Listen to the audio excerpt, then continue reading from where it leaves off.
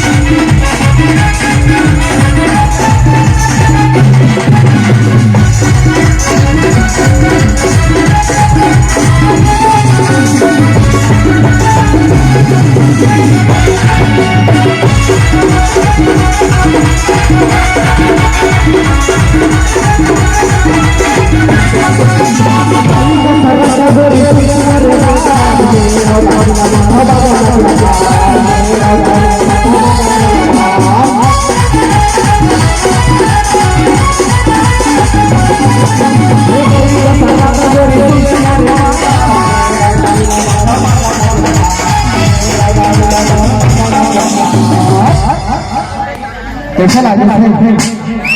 थोड़ा उतना भी कसरादा थी बेटा सही तो धार दो हम अपनी को बात आ गई भैया हां तेरी कब्र ए भैया बहुत बढ़िया रे थोड़ा झाड़ दो झाड़ धार दो छोटे काले काले वाला और वो वाला वाली